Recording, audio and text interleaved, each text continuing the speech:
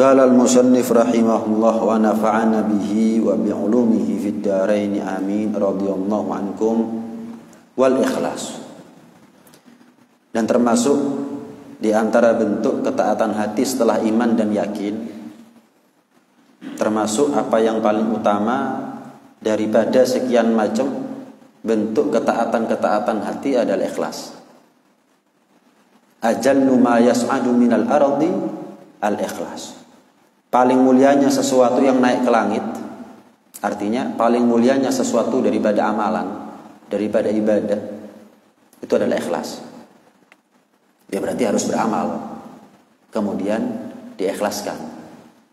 Enggak beramal kemudian aku ikhlas, ini gimana ceritanya? Harus beramal kemudian diikhlaskan. Ilmunya diamalkan, amalnya diikhlaskan, ikhlasnya diistiqomahkan. Terus demikian istiqomah sampai husnul khotimah. Itu kewajiban kita hidup di atas dunia. Baik.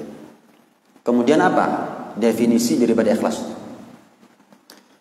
Yang dimaksud daripada ikhlas adalah iradatut tagarrub ila Allah Ta'ala min ghairi qasdin akhar min hududin nafs. Galla dzalikal haqq au kathur. Ikhlas itu adalah ketika kita berkehendak untuk mendekatkan diri kepada Allah Subhanahu wa taala. Amal kita enggak ada tujuan kecuali at-taqarrub ila Allah. Mendekatkan diri kepada Allah. Enggak ada yang lain. Enggak ada. Ketika kita beramal tujuannya adalah ingin populer atau ingin mendapatkan pujian manusia. Tidak ada celah sedikit pun bagi nafsu untuk bisa berbuat ikhlas, enggak ada. Kalau sudah nuruti nafsu itu namanya enggak ikhlas. Kalau ingin ikhlas ya harus melawan nafsunya. Nafsunya ingin dikenal, lawan. Nafsunya ingin populer, lawan. Nafsunya ingin orang lain tahu betapa banyak amal solehnya dia, lawan. Rahasiakan itu semuanya. Nafsunya nyumbang karpet kepingin dicoblos, lawan, nyumbang karpet. Tapi jangan nunggu coblosan. Kalau perlu nggak kepilih tetap nyumbang karpet. Jangan 5 tahun sekali. Nggak kepilih, diminta lagi karpetnya. Untung nggak masjidnya sekalian dirobohkan. Lawan. Loh, saya ini kok ada kemungkinan niat soleh, niat ikhlasnya saya ini terkontaminasi oleh nafsu atau sesuatu yang bersifat duniawi, popularitas, atau kepingin dipuji sama manusia. Dia berharap semakin banyak orang tahu tentang dia, tentang ibadahnya, semakin senang dia. Wah, terus nggak dilawan, nggak ada celah bagi sedikit pun nafsu untuk ikhlas. Nggak ada ceritanya nafsu, nuruti nafsu terus ikhlas itu nggak ada. Kepingin ikhlas, dia harus selalu melawan nafsunya. Nah, baik, apakah yang merusak niat ikhlasnya kita itu sedikit atau banyak? Sedikit ataupun banyak, tetap rusak ikhlasnya kita. Di menurut ulama, kita punya niat atas suatu ibadah itu baik, terus tersusupi dengan sedikit saja, apalagi banyak, daripada hal-hal yang berbau duniawi atau untuk memuaskan nafsunya. Seperti tadi, ingin dikenal dan seterusnya. Maka bukan berkurang nilai pahalanya, tapi rusak.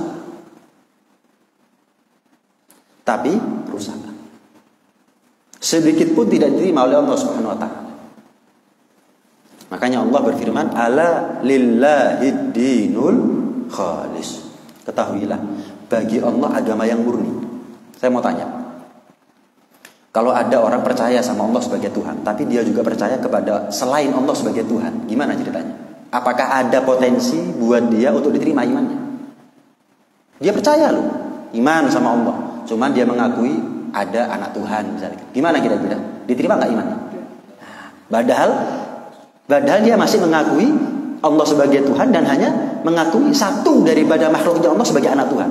Satu aja. Bukan ratusan berhala dia sembah. Bukan setiap apa yang dia lihat dianggap punya power, pengaruh. Oh, pohon. Kemudian perapatan misalnya. Kemudian dukun. Enggak. Satu. Allah saya iman. Tapi Allah punya anak Tuhan. Rusak. Ala lillahi dinul khalis.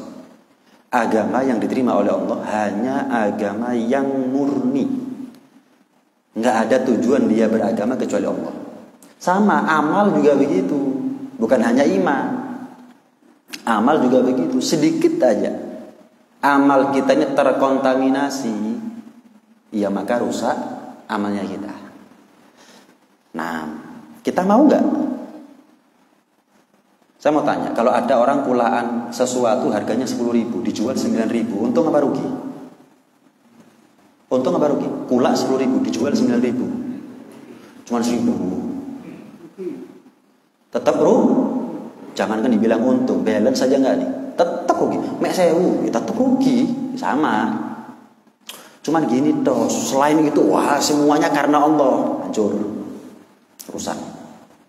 Faman kana yarju liqa'a rabbih falyamal amalan shalihan wa la yusyrik bi ibadati rabbih ahada. Dalam surat Al-Kahfi ayat terakhir Allah berfirman yang artinya barang siapa yang ingin berjumpa dengan Allah, artinya masuk surga, diterima amal ibadahnya oleh Allah.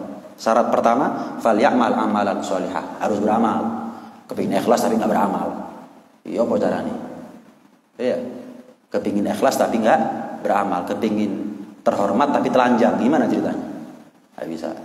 Falyamal amalan shalihan wa la yusyrik bi ibadati rabbih ahad. Jangan sedikit pun kamu sekutukan ibadahnya kamu kepada selain Allah Subhanahu wa taala. Jangan dirusak niat ibadah karena Allah, tapi ada campuran, ada sisipan ibadahnya kita bukan untuk Allah Subhanahu wa taala, wa la yusyrik. Makanya Al-Imam Fudail bin Iyad mengatakan, kalau kita beramal karena manusia, al-amal li ajlin nas. Kan sering kita bahasakan lawannya ikhlas itu riya. Kan gitu ya. Lawannya ikhlas adalah riya. Kayak pengen dipuji sama manusia, pamer dan seterusnya. Sering kita menganggap riya itu adalah beramal karena manusia itu riya. Beda halnya dengan Al-Imam Fudail bin Iyad radhiyallahu ta'ala anhu. Kalau Al-Imam Fudail bin Iyad mengatakan justru beramal karena manusia itu syirik, tapi syirik yang sama. Terus riya itu gimana? Meninggalkan amal karena manusia, itu namanya riya. Tapi kalau beramal karena manusia justru syirik, tapi bukan syirik murtad. Bukan syirik murtad, artinya menyekutukan ibadahnya kepada selain Allah Subhanahu wa taala. Pernah diceritakan Al-Imam Al-Haddad, guru daripada Al-Habib Ahmad bin Zain Al-Habsyi. Ada satu orang kaya, ada niatan bangun masjid, datang kepada beliau. Ya Habib, Al-Faqir datang ke sini, satu silaturahmi. Yang kedua minta isyarat, minta petunjuk. Saya ini ada modal untuk bangun masjid. Ada modal untuk bangun masjid. Gimana? Saya bangun atau enggak? Dijawab, ya kalau niatnya kamu benar, bangun. Kalau enggak, ya jangan. Buat apa? Rugi bangun masjid tapi gak ikhlas, sia-sia semuanya, percuma semuanya. Dia tanya, ya Habib, tandanya saya ikhlas gimana? Gini, misal itu masjid 100% biaya dari kamu. Kamu yang nyari tukang, kalau perlu kamu yang belanja, semuanya kamu yang susah. Tenaga, pikiran, harta, semuanya kamu. Tapi kalau sudah terbangun, orang bilang ini bukan masjidnya kamu, tapi masjid orang lain. Perasaan kamu gimana? Kalau kuping kamu panas, hati kamu pegel. Loh, saya yang bangun, tapi masjid ini dinisbatkan kepada orang lain. Wah, jangan dibangun. Niat kamu ghairu shalihah. Niatnya kamu nggak benar. Niatnya kamu nggak benar. Subhanallah. Karena itu orang-orang soleh itu ikhlas semuanya. Orang-orang soleh ikhlas semua. Al-Imam Syafi'i radhiyallahu ta'ala anhu. Al-Imam Syafi'i itu pernah mengatakan, aku ini Kan Imam Syafi'i ilmunya luas, pengikut mazhab terbesar di seluruh dunia. Bahkan diriwayatkan sampai nanti kiamat, ya mazhab Syafi'i itu. Tapi beliau berharap begini, aku berharap agar ilmuku, artinya fatwa-fatwanya beliau, ilmunya beliau, mazhabnya beliau, tidak serta-merta dinisbatkan kepada beliau oleh khalayak umum. Oleh khalayak umum. Mazhab Syafi'i, tapi fatwa-fatwanya, ilmunya tidak langsung serta-merta dinisbatkan kepada aku. Ini fatwanya Syafi'i misalkan. Ini jawabannya Syafi'i misalkan. Ini adalah pendapat Syafi'i misalkan. Enggak, aku enggak berharap begitu. Maka salah seorang ulama Syafi'iyah, ulama mazhab Syafi'i mengatakan, yaitu Al-Imam Zakaria Al-Ansari. Beliau mengatakan, apa yang diharapkan oleh Imam Syafi'i terjadi. Buktinya apa? Kalau kita belajar fikih, kita belajar fikih mulai dari kitab paling tipis sampai kitab paling tebal misalnya. Setiap kita pelajari itu bukan gola Syafi'i, gola Nawawi, gola Rafi'i, gola Romli, gola Ibn Hajar, gola Zarkashi, gola. Tapi sedikit Anda kalau tanya kepada saya misalnya, ada kasus begini, hukumnya bagaimana? Sangat sedikit saya jawab, Imam Syafi'i berpendapat begini. Sedikit. Yang ada saya mengatakan salah seorang ulama namanya Fulan bermadhab Syafi'i, berpendapat begini. Padahal ilmunya dia ulama ini ya dari Imam Syafi'i juga. Tapi ini caranya Allah untuk membuat mengijabah doanya Imam Syafi'i. Aku berharap secara tidak langsung saja nisbatkan kepada aku, jangan secara langsung. Subhanallah. Jadi kita ini kenal mazhab Syafi'i lebih daripada kenal mazhab Syafi'i dari ulama-ulamanya, ulama mazhab Syafi'i daripada Imam Syafi'inya langsung. Saya belum pernah tahu ada pondok ngajar kitab-kitabnya Imam Syafi'i langsung, Ar-Risalah, belum pernah. Kenapa? Wah, berat, nggak gampang. Harus dipelajari setahap demi setahap, dan itu butuh waktu yang lama, butuh usaha yang keras. Belum pernah dengar ada satu halaqah, misalkan satu kelas, satu ustadz yang ngajar kitabnya adalah kitabnya Imam Syafi'i, kitab Ar-Risalah. Enggak. Yang ada kitab Safinah, Sulam Taufik, misalkan seperti sekarang Risalah Jami'ah dan seterusnya. Subhanallah. Bahkan Al-Imam Syafi'i mengatakan begini, idza shahha al-hadits fa huwa madhhabi. Jika ada hadis yang sahih, maka itu madhabku. Artinya begini, kan tidak mungkin Imam Syafi'i itu mengerti semua hadis. Mungkin kita aja zaman canggih seperti ini nggak semua hadis kita paham. Apalagi di zaman Imam Syafi'i yang orang kalau mau dengar hadis Nabi ya podo kuping, artinya betul-betul dari orangnya, bukan cari ini, apalagi dari Google, dari YouTube, dari ini. Kita dari Google, YouTube ya pinter-pinter kok. Apalagi Imam Syafi'i. Beliau mengatakan begini, kalau ada hadis yang sahih, yang bertentangan, hadisnya sahih, tapi bertentangan dengan fatwaku, maka mazhabku adalah hadis yang sahih. Ini kan ketawadhuan, kerendahan hati, pengakuan, insaf.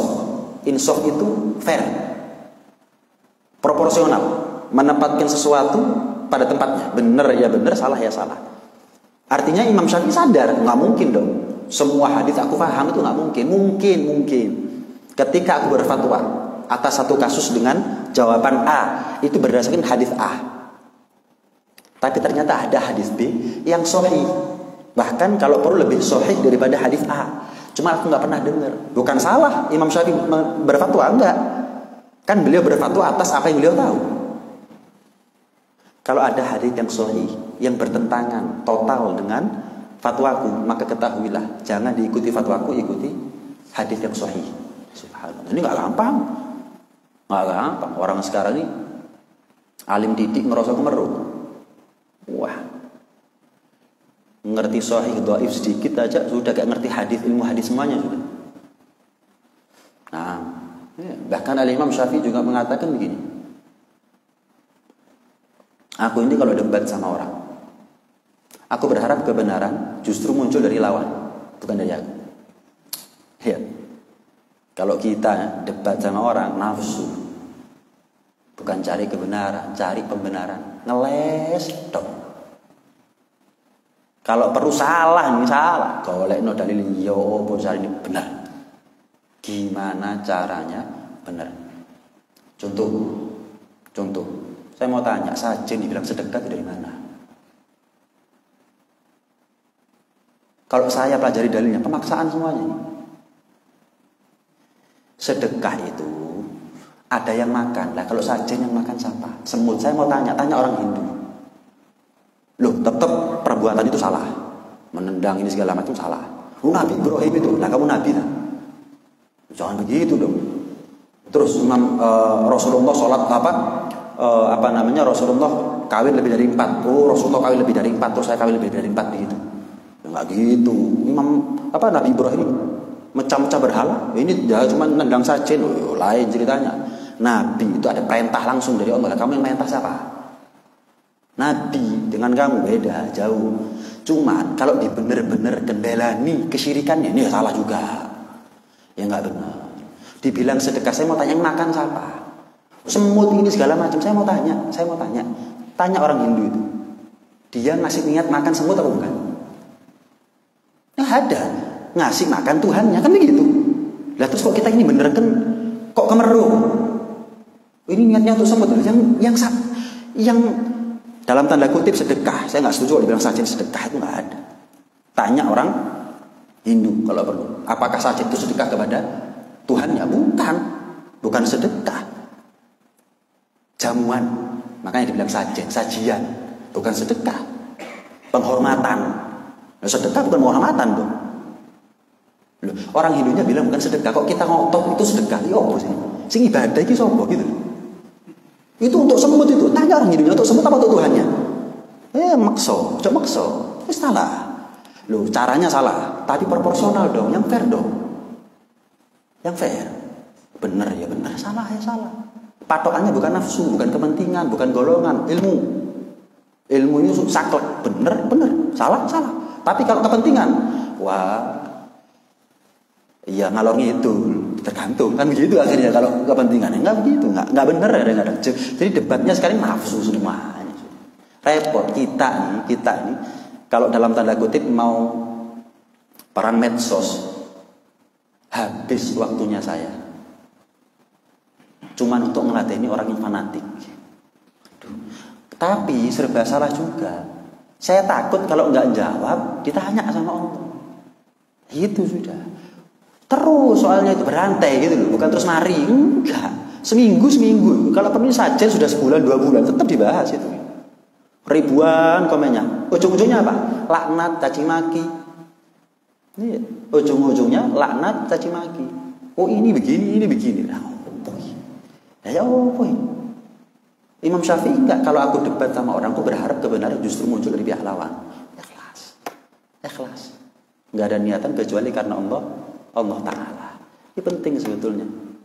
Ya, ilmu, tapi kalau nggak ikhlas, ya mudah terombang-ambing oleh kepentingan nanti. Kepentingan apa ya macam-macam. Tergantung. Bisa halal kalau Innova, itu kepentingan. Tergantung itu pondok saya belum selesai renovasinya itu. Kalau bisa ditutup itu ya halal. Gampang itu. Macam-macam. Tergantung. Sapa dulu lawannya kita. Gitu kadang-kadang. Sapa dulu. Kok sapa dulu? Ini apa ceritanya ini?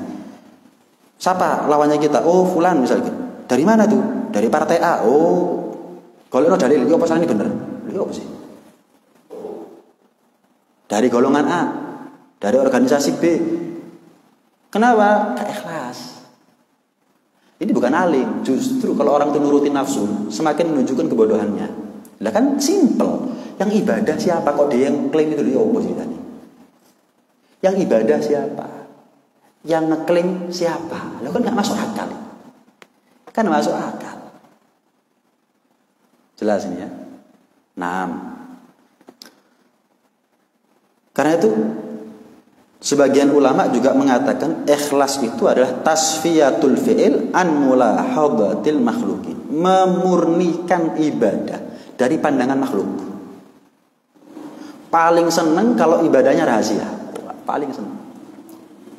Kita nih jangan bangga dengan sholat berjamaahnya kita. Kenapa? Banyak orang tahu itu. Kita jangan bangga dengan ngajarnya, belajarnya. Istiqomah di masjidnya jangan bangga. Jangan merasa terjamin, jangan merasa aman. Kenapa? Wah, berapa banyak mata yang melihat. Ya, ada yang nggak suka, ada yang hasut, ada yang sudon, tapi ada yang ngelem, ada yang muji, ada yang ini, ada yang itu. Wah, pujian ini kadang-kadang racun, Pak. Lebih jujur kritikan kadang-kadang. Lebih jujur kritikan. Tapi kita ini senang digoroi, Mas yo. Iya, kita ini senang dipuji walaupun bohong. Itu kita masalah. Dikritik walaupun jujur, mangkel kita. Nah, ini paling senang kalau amalnya rahasia. Al-Imam Dawud atau 40 tahun setiap hari puasa, istrinya nggak tahu. Setiap hari puasa 40 tahun lamanya, istrinya nggak tahu. Malah ulama lain yang bernama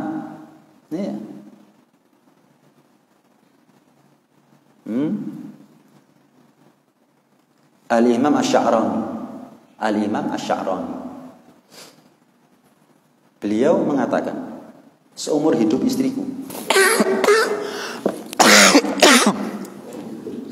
seumur hidup istriku, aku sudah mengkhatamkan 7 kali Al-Quran. Ampun, sudah.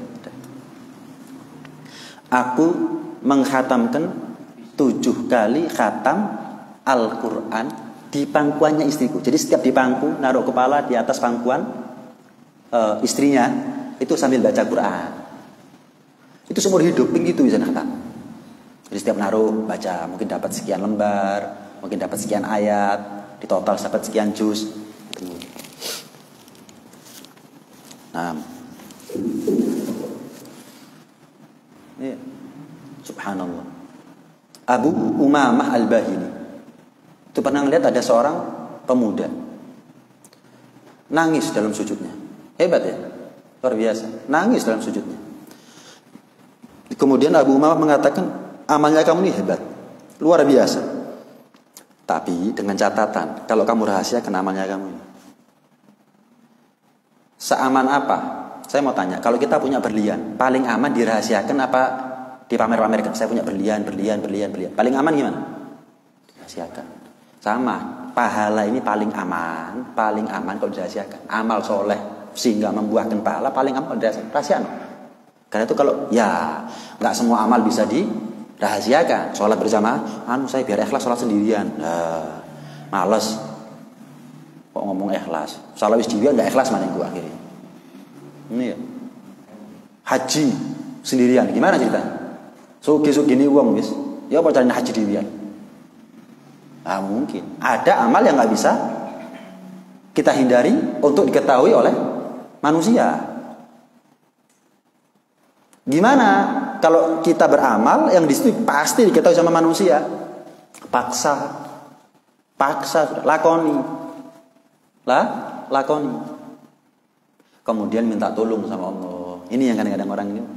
Kita ini ngoyo karena dewi, lupa sama minta tolong kepada Allah. Kita ini kalau punya masalah minta tolong sama manusia, tapi dalam urusan agama kenapa kita jarang minta tolong sama Allah? Susah ya ikhlasnya. Pernah doa nggak? Pernah minta nggak? Saya mau tanya, kaya itu susah apa enggak? Susah, tapi sering kan kita minta kaya? Nyari jodoh, susah apa enggak? Susah. Sering kita minta kepada Allah jodoh. Ikhlas susah. Kapan terakhir kita minta ikhlas? Ya Allah, susahnya ikhlas ini. Susah ya Allah ikhlas. Amal saya ini, ya Allah, kasih saya ikhlas ya Allah. Pernah? Urusan dunia. Kayak Allah ini mampunya cuma urusan dunia dong. Ngasih ikhlas di hatinya kita kayaknya berat. Begitu kan? Enggak. Justru kita minta dunia yang orang kafir pun dapat, tapi ikhlas nggak mungkin dikasih kecuali kepada mukmin. Kenapa kita nggak minta apa yang khusus daripada apa yang umum? Minta kaya, orang kafir kaya. Minta pabrik besar, orang kafir juga pabriknya besar. Kepingin punya karyawan ribuan, orang kafir juga karyawannya ribuan. Minta jabatan, orang kafir juga jabatan, punya jabatan. Fir'aun jadi Tuhan, dipertuhankan. Qarun kaya. Kenapa kita harus minta apa yang dimiliki Fir'aun? Apa yang dimiliki Qarun? Minta aja apa yang dimiliki Fir'aun dan Qarun. Apa tuh? Ikhlas. Allahumma ij'al sarirati khairan min alaniyati waj'al alaniyati sholihah. Ini doanya Nabi nih. Doanya Nabi. Kalau misal ada seminar cara cepat kaya, nggak tahu kita baca di internet kek, atau kalau kita punya duit diadakan di hotel dengan fasilitas ini ke Bali, ke Lombok, apa cara cepat kaya, narasumbernya siapa? Fulan, kita kenal, ini kerja keras mulai dari nol, kalau perlu mulai dari minus, kaya ini segala macam, pendaftaran 1 juta, fasilitas ini, budal, berangkat. Saya mau tanya, mulai A sampai Z dijabarkan sama narasumber, kita tiru persis plek, jadi so gini, ngotokno duit, pergi jauh dari keluarganya, capek, soge, ikhlas, kasih resep sama Nabi. Yang punya mata nggak dipakai matanya, yang punya telinga nggak dipakai telinganya. Allahumma ij'al sarirati khairan min alaniyati. Ya Allah, jadikan batinku ini lebih baik daripada zahirku. Artinya begini, kadang-kadang kita sholat 2 rakaat di jam 9 pagi. Orang berpikir apa? Sholat apa nih? Sholat subuh. Oh, duha. Sholat duha. Tapi sebetulnya hatinya kita sholat duha. Iktikaf, sholat tahiyat masjid. Mungkin habis wudhu. Banyak. Ya Allah, jadikan batin gue lebih baik daripada amal dohir. Amal dohirku orang anggap duha. Wis, jam 8 duha. Kan begitu. Tapi batinnya kita, apa yang kita niat di dalam batin kita, kaya. Nah, Allahumma ij'al sarirati khairan min ala niyati waj'al ala niyati sholihah. Sekalipun demikian ya Allah, jadikan amal dohirku juga soleh. Amal dohir itu pantas diterima kalau ada amal batin. Sama seperti manusia, dianggap manusia selagi dia bernyawa.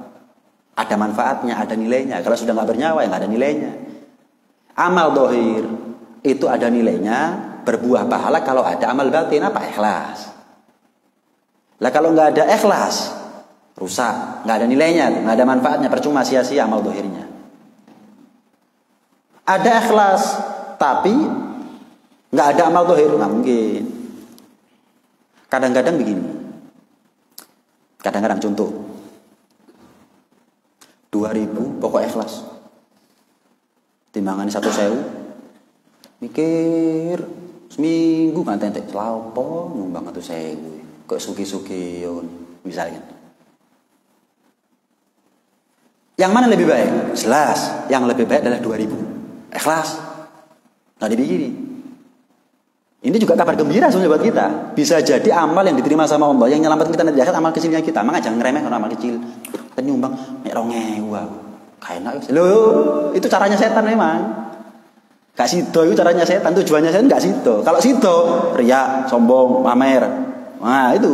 Jadi jebakannya setan itu macam-macam. Ojo sampai itu tujuannya. Makanya tarkul amal li ajlin nas itu. Meninggalkan amal karena manusia itu tujuannya setan itu. Bukan tujuan setan beramal lah, tapi sementing pamer. Bukan, ojo amal. Kan sudah pernah kita bahas ini. Tujuan setan pertama kali kepada kita sasarannya adalah kafir. Oh, gagal, tetap Islam dia, tetap iman kepada Allah, iman kepada Rasulullah, iman kepada Al-Quran dan seterusnya. Jangan ibadah. Wah, gagal lagi, ternyata masih dia bukan hanya iman tapi ibadah. Cepet-cepetan. Amalnya ya itu tadi, 2.000 sementing ikhlas, timbangannya 1.000 tapi gak ikhlas. Padahal artinya lebih baik apa? Sudah 1.000 ikhlas. Nah, ini maksudnya Nabi, Allahumma ij'al sarirati khairan min alaniyati waj'al alaniyati sholih. Sekalipun demikian, jadikan dohirku ini juga baik. Apa itu? 1.000 tetap ikhlas. Bukan hanya nyari ikhlasnya tok, walaupun amalnya kecil, enggak. Jadi jangan pernah meremehkan amal kecil. Mungkin amal kecil itu yang kita anggap, mungkin kalau kita pernah nyumbang 5 juta, pasti ingat jenengan. Oh, saya pernah nyumbang masjid ini 5 juta. Saat tahun-tahunnya mungkin ingat kita. Mungkin notanya ada di HP itu. Oh, beli sak semen sekian, beli batu bata sekian, 5 juta. 5.000. Kayak ingat enggak pernah. Guyon. Paham ya? Jadi justru amal yang kita lupakan itu yang berpotensi, bukan amal yang kita ingat-ingat. Nah, kadang-kadang amal yang dilupakan itu amal kecil, bukan amal besar. Karena itu jangan pernah ngeremehkan amal kecil. Tapi ya jangan puas amal kecil terus. Urusan dunia, urusan amal, sing penting ikhlas. Lah, kenapa urusan dunia? Sing penting iso urip, iso mangan. Rumah seadanya, kendaraan seadanya, pakaian seadanya, secukupnya. Ayo, amal secukupnya. Ayo. Enggak belengi wong ae. Apa yang ditinggal harus begini, harus. Apa yang kapan dia meninggal dibawa secukupnya, secukupnya, secukupnya. Ya apa? Zuhud itu dari dunia, jangan dari pahala. Zuhud itu menjauh kok dari pahala, menjauh itu dari dunia secukupnya. Ini kan beling namanya.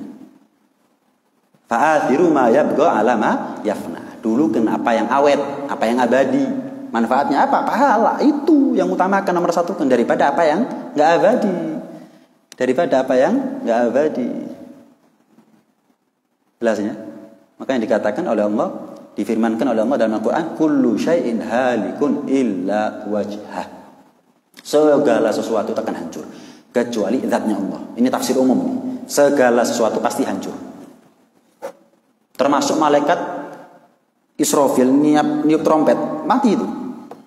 Mati, tapi dibangkitkan lagi untuk niup trompet yang kedua kali untuk pembangkitan. Mati semuanya, semuanya akan hancur. Mana istananya Nabi Sulaiman? Kerajaannya Qarun, Fir'aun, Namrud. Ada. Nanti juga begitu. Apa yang kita anggap gedung pencakar langit, sampai keluar darah semua langitnya.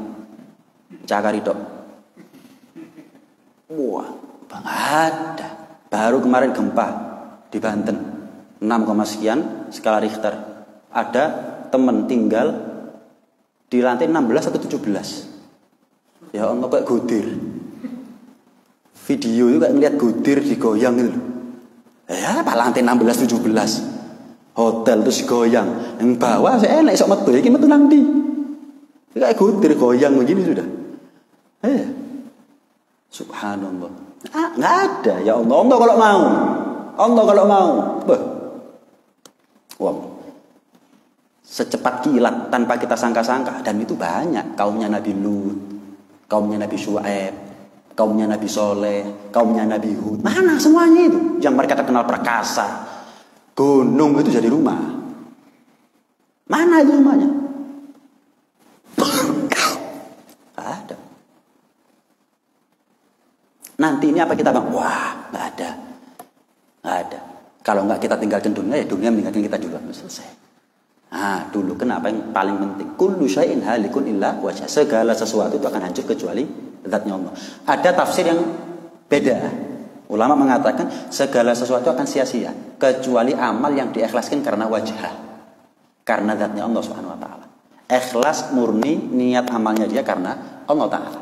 Semuanya akan sia-sia. Amal yang bukan karena Allah, walaupun cuman sisipan, terkontaminasi, tetap halikun, tetap akan hancur. Kecuali amal yang betul-betul karena Allah taala. Amal yang betul-betul karena Allah taala. Makanya orang itu kalau nuruti nafsu, dia tidak akan bisa menimbang yang mana yang terbaik daripada yang baik. Bukan orang baik itu bisa membedakan yang mana besi sama emas. Ya semua orang bisa itu, besi, emas, orang bisa. Orang pinter itu kuningan sama emas. Wah, sepuan sama asli. Wah, ini gak gampang. Orang yang cerdas itu bukan yang membedakan yang buruk sama yang baik, tapi yang terbaik dari apa yang baik.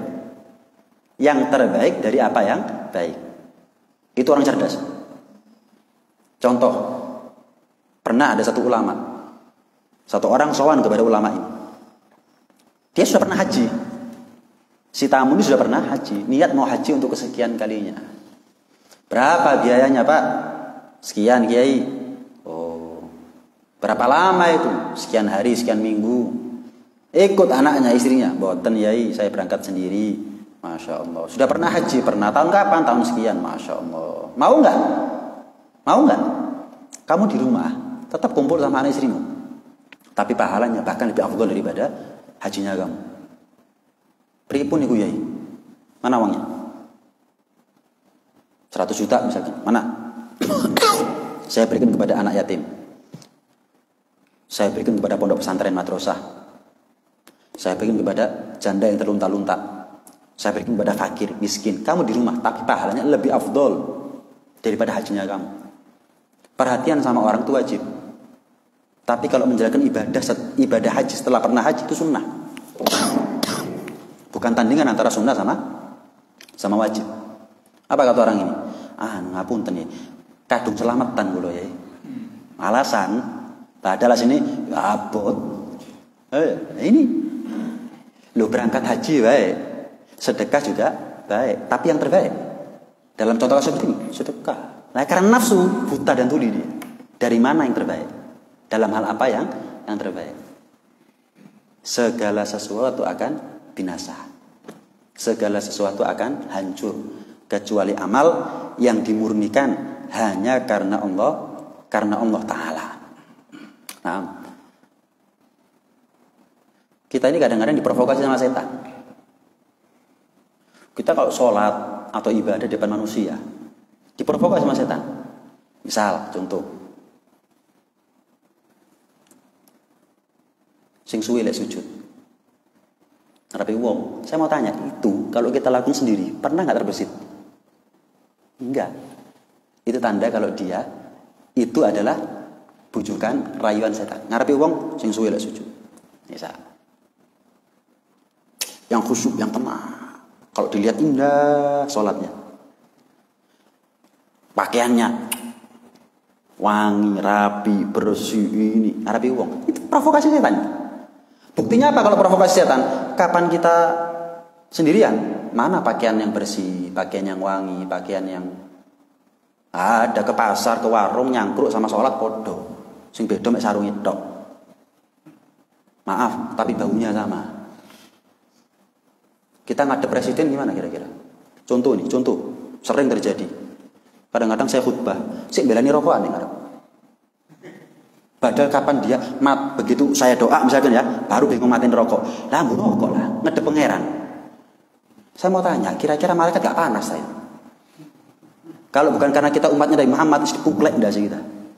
Ngajar, ketemu presiden gak kira wani ambu rokok. Jam 9 ketemu, jam 8 sudah antri. Ketemu sama Allah. Sik khutbah nyalakno. Pegel Pak saya kan. Untung bukan saya malaikatnya itu. Mending tinggal turu. Loh iya. Loh, dia itu gak dapat pahala daripada sholat Jumatnya gitu. Gugur kewajibannya tapi gak dapat pahala. Masuk masjid baru dapat pahala. Ya masuk masjid patenan rokoknya. Berani rokok. La haula wala. Cek nemen rek rokok rek. Kadang-kadang ya, khutbah itu down saya ini. Pikiran saya fokus ke situ sudah. Kepengin bahas iku rasane. Cuman wedi ngamuk, setengah jam mari ngono. Saya dilempari rokok mari ngono. Ya Allah. Allah maghfir baru. Wih, noto sok ambu rokok ngedep pangeran. Coba ketemu presiden wani ya. Insya Allah mulai jam 8 sampai jam 9 ketemu presiden gak kira wani rokokan. Apa? Eman, adus wangi, rapi. Berangkat ke masjid untuk apa? Sholat berjamaah, sholat Jumat berjamaah. Kan sunnahnya putih. Saya mau tanya, kalau jenengan ketemu presiden, pakai pakaian apa? Adik, kan gitu. Ketemu Allah sholat Jumat, pakainya apa? Kelakon. Dress code diatur menungso, siap. Diatur Kanjeng Nabi. Apa ini bukan tamparan buat diri kita sendiri sebetulnya? Kita ini menuhankan manusia. Diatur sama Gusti Pangeran. Bayangkan kalau sekian banyak penuh nih Masjid Al-Haq, kabeh putih. Insya Allah yang kafir tertarik tuh sampai kok ngono yo.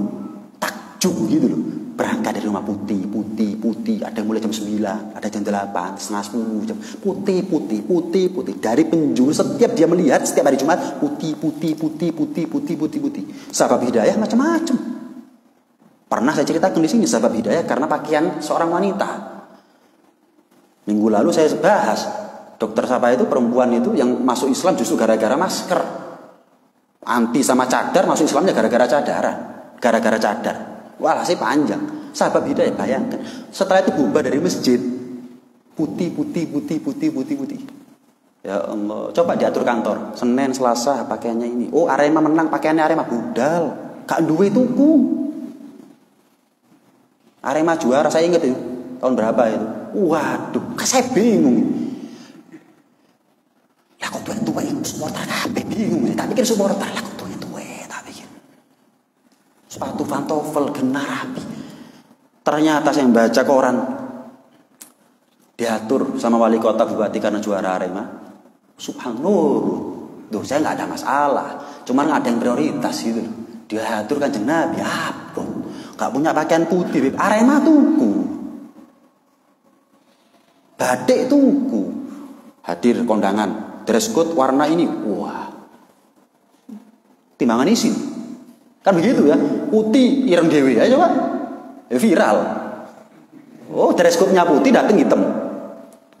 Nabi ngasih tahu sholat Jumat dress code-nya putih, warna-warni. Kak Popo guys, iya, saya bahas ini di khutbah Jumat. Waduh, musuh gua akeh pak. Kalau jenengan insya Allah sudah mulai belajar ini segala macam, tahu lah. Dan jenengan sudah tahu karakternya saya, ngomong ceplas-ceplos begini sudah. Cuman bukan dari hati pegel. Ya pegelnya itu dalam arti ini Kanjeng Nabi gitu loh. Kan prioritasnya kita itu bagaimana? Kalau kita cinta sama Nabi ya wajib. Tapi nilainya kita itu adalah apakah kita dicintai sama Nabi? Itu. Oh, cinta sama Nabi ya wajib. Memangnya ada manusia yang lebih layak untuk dicintai lebih daripada Nabi? Pertanyaannya adalah di mana saya? Di mata Rasulullah tergantung daripada bagaimana kita ngamalkan sunnah. Hari apa nih sekarang? Ahad, Jumat, sampai kiamat kalau perlu. Putih. Ya, karena Nabi nggak mewajibkan, saya nggak mewajibkan. Cuman Anda punya ilmu. Tentu sebagai bentuk, kan ilmu ini nikmat. Tahu itu nikmat. Kebodohan itu musuhnya kita. Kebodohan itu musuhnya kita. Jadi kalau kita tahu atas suatu wawasan, satu ilmu pengetahuan, apalagi dalam bidang agama, itu nikmat dari Allah Subhanahu Wa Taala. Nggak semua orang tahu soalnya. Maka tanggung jawab atas nikmat ilmu, nikmat pengetahuan, ngamalkan. Mulai sekarang. Kalau boleh sekedar ngasih motivasi, ada satu masjid.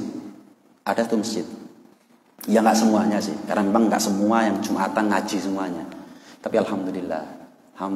Takmir putih semuanya. Kita lihat ini. Bukan karena saya, bukan. Maksud saya bukan itu. Tapi dulunya bagaimana, sekarang itu yang masih semua dari Allah. Jenengan di sini bukan karena saya, karena Allah. Masih yang ceramah orang terkenal, orang yang enak lebih alim daripada saya. Kalau jenengan nggak dikasih hidayah, nggak berangkat. Kadang-kadang masih sopo sing ceramah lek Arema mbek timnas buyar kok pengajian. Oh ini Habib Fulan, Kiai Fulan, Gus Fulan. Durung mulai. Durung ceramah. Baru kalah 4-1. Patah ini wis buyar. Baru donga kasep. Enggak dunya, enggak akhirat mari ini. Paham nih ya? Ada ternyata. Ada hasil itu ada begitu loh. Ya, hidayah dari Allah. Jangankan kita, saya, Nabi aja nggak bisa ngasih hidayah kepada siapa yang beliau mau, apalagi saya. Cuman menyampaikan. Mudah-mudahan berkenan ini. Ya mudah-mudahan nggak nyinggung. Kalau nyinggung saya mohon maaf. Tapi mudah-mudahan salah ucapnya saya tidak membuat Anda berubah pendirian. Itu sunnah. Sing salah fahmi, kudu sunnah. Yang salah fahmi bukan Nabi. Itu aja. Yang penting itu adalah perubahan. Ya. Nah, ikhlas. Satu, amalan terakhir. Doa Nabi SAW. Rasulullah SAW pernah ngasih wasiat. Nasihat kepada sahabat. Ya ayyuhan nas, ittaqu hadza syirik fa innahu akhfa min dabibin namal. Sahabat-sahabatku, umatku, ketahuilah. Hati-hati ya sama kesyirikannya. Ada satu kesyirikan yang halus, lebih halus daripada suaranya semut. Sahabat Abu Bakar tanya, ya Rasulullah, semut itu halus. Kalau perlu 1 juta semut jalan depan saya, kayak tentara baris nggak dengar, apalagi satu. Dan ini lebih halus daripada langkahnya semut ya Rasul. Satu semut, ya gimana caranya selamat? Baca doa. Allahumma inna na'udzubika an nusyrika bika syai'an na'lamuhu wa nastaghfiruka lima la na'lamuhu. Pernah saya share doa ini. Kadang-kadang orang itu minta, Bib, Bib ya, saya minta Bib, buatkan ininya, nanti di-share Bib. Rong dino lali bisa diamalno. Enggak ini angel-angel. Allahumma inna na'udzubika an nusyrika bika syai'an na'lamuhu. Ya Allah, lindungi saya daripada kesyirikan yang kami sadar. Kesyirikan yang kami sadar. Nggak usah jauh-jauh. Percaya zodiak. Percaya peramal. Lihat tangan. Pakai kartu. Tarot. Ada yang pakai bola itu. Dukun. Bukan syirik, itu harus nyembah ini, nyembah itu. Percaya sama orang yang dapat bisikannya setan, ini kufur. Aliyadzubillah min dzalik. Hati-hati. Pakai pesugihan, pakai susu cek ayu, cek ganteng. Kalau artis biar payu, ketok wet nom terus. Misalkan begitu ditanya umurnya 75. Ya Allah. Wah, palsu semuanya. Palsu semuanya. Ya, itu kesyirikan. Dan kami mohon ampun kepadamu ya Allah atas kesyirikan, penyekutuan kepadamu yang tidak kami sadar. Ya ria. Loh, ternyata ria itu. Nanti kita tahunya di akhirat. Kita tahunya nanti di akhirat. Ternyata rusak. Ternyata nggak diterima. Ternyata. Jangan puas dah dengan amal yang kita manusia ini, jangan. Cari mulai sekarang sampai mati. Amal ini nggak ada yang tahu. Siapapun nggak ada yang tahu, kecuali saya sama Allah. Wis. Kita merasa terancam kalau ada amal ini orang lain tahu. Bukan seneng. Enggak. Bukan seneng, justru kita merasa terancam kalau ada orang tahu. Satu aja tahu. Waduh, apalagi zaman sekarang gampang viral. Orang ngapi. Gini, saya nggak nyalahkan orang ngasih inspirasi sebetulnya. Cuman itu juga ada resiko loh buat yang diviralkan. Saya nggak berani jawab terus gimana. Saya nggak berani jawab. Cuman kalau saya nggak saya viralkan. Walaupun bisa ngasih contoh. Kenapa? Sudah banyak contoh, ada perubahan. Dan satu yang jelas, resiko buat dia, itu kepastian. Enggak bisa kalau viral. Kecuali kalau nasihat, dakwah, atau apa. Tapi kalau ada orang sudah merahasiakan, kadung rahasia, nggak ada yang tahu kecuali saya. Terus tak viral, enggak. Tapi kalau kadung viral, ya wis. Saya nggak berani. Kenapa? Berubahnya orang belum tentu. Tapi resiko buat dia jelas itu sudah. Resikonya jelas itu sudah. Jadi saya seakan sama dia. Adapun orang lain dari ceramah, dari video yang lain nggak harus dari dia juga sudah banyak. Ada orang haji gendong ibunya misalkan. Kalau saya yang tahu, bukan viral ya. Saya yang tahu, nggak ada yang tahu. Tak rekam, tak viral no. Kadang-kadang yang viral no, tujuannya follower juga. Podo gak ikhlas, hancur-hancuran sekarang ini. Ini tak viral no, followerku nambah. Waduh, nanti pemasukan saya sekian. Haula. Ngancurkan pahalanya orang demi kepentingan dunianya. Demi memuaskan nafsunya. Konten-kontenan ini ya niatnya inspirasi. Saya nggak bisa memvonis kecuali mudah-mudahan kasih ikhlas sama Allah. Dan mudah-mudahan banyak yang mendapatkan inspirasi daripada itu semua. Karena manfaat terhitung daripada ikhlasnya. Saya ini kalau ngomong nggak ikhlas, nggak ada manfaat. Jadi cukup jenengan lihat, faham ini ikhlas apa enggak? Ada manfaatnya nggak saya ngomong? Kalau nggak ada manfaatnya, nggak ikhlas itu Anda. Nggak ada. Diterima, ditolak sama Allah, diterima sama manusia itu nggak ada. Kalau ditolak sama Allah, tolak manusia. Kalau sudah dinilai nggak ada manfaatnya di mata Allah, nggak ada nilai manfaatnya di mata manusia. Artinya manfaat itu apa? Ada perubahan enggak? Itu sebetulnya. Nah, wallahu a'lam. Ada yang mau ditanyakan? Nggih. Surat ke-37 dijelaskan bahwasanya sing ditupai kalimat ibadahil mukhlasi, bukan ibadah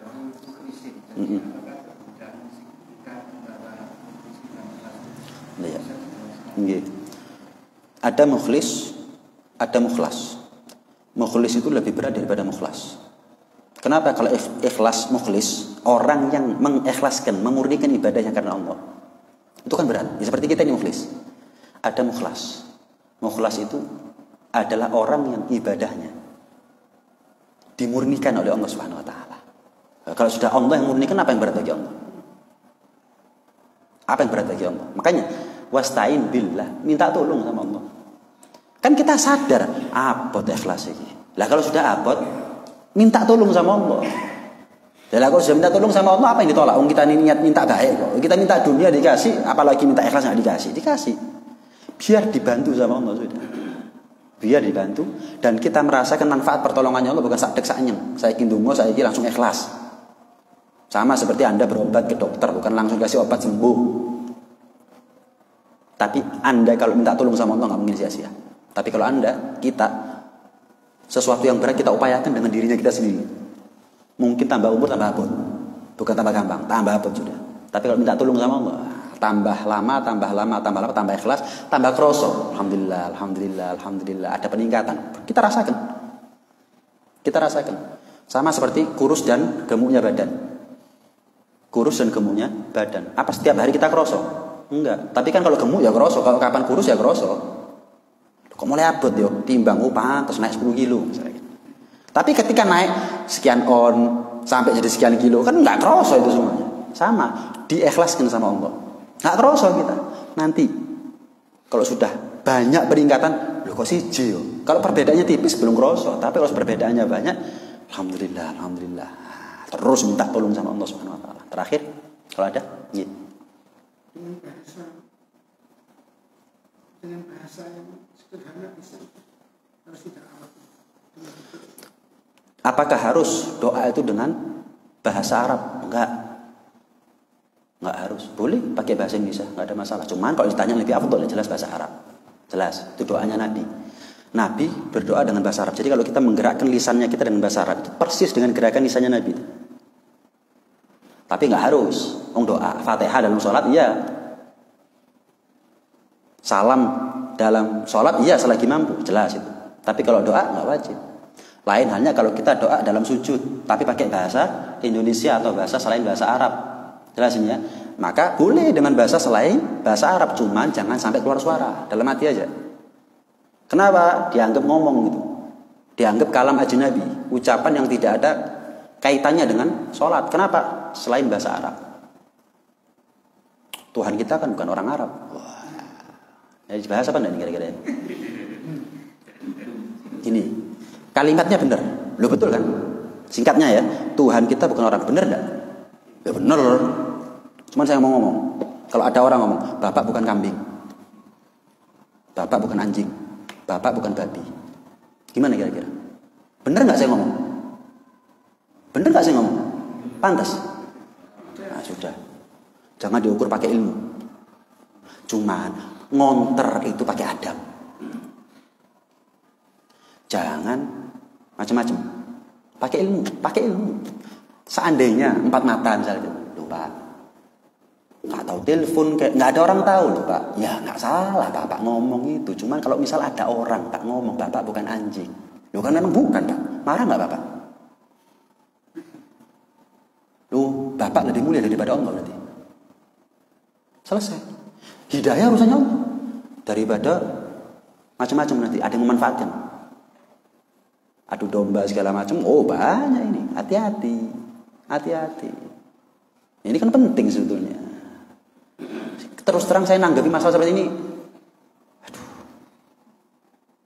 Ngeladeni wong yang memang cari nama kadang-kadang. Cari panggung gitu loh. Lah tambah tenar dia mencenggol penggawean dengan cara yang salah. Kalau direspon nasional, ada orang yang memanfaatkan dia. Ngomong-ngomongnya kok ini bayar kami ini. Ada. Nggak kenal, moro-moro dikenal. Kenapa? Statement yang provokatif atau kontroversial orang sekarang itu. Nggak kenal sebelumnya kita. Sopo nggak kenal, moro-moro kenal. Kenapa? Statementnya kontroversial.